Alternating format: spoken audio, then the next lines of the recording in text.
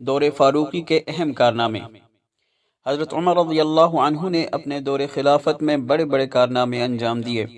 انہوں نے باضابطہ طریقے پر بیت المال کا نظام قائم کیا، ملک کی پیمائش کا انتظام کیا، مردم شماری کرائی، جیل خانے قائم کیے، فوج کے لیے دفتری نظام بنایا، راتوں کو گشت کر کے رعایا کے حال سے باخبر رہنے کا طریقہ نکالا، بے روزگار لوگوں کے لیے وظیفے مقرر کیے، جگہ جگہ نہریں کھدوائیں، نماز تراویح کو جماعت کے ساتھ پڑھنے کا اہتمام کیا۔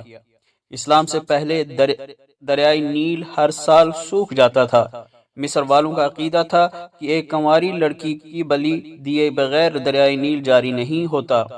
جب مسلمانوں نے مصر فتح کیا اور اس کی خبر گورنر مصر حضرت عمرو بن عاص رضی اللہ عنہ کو ہوئی تو انہوں نے فرمایا کہ اسلام میں یہ ہرگز نہیں ہو سکتا۔ پھر انہوں نے حضرت عمر رضی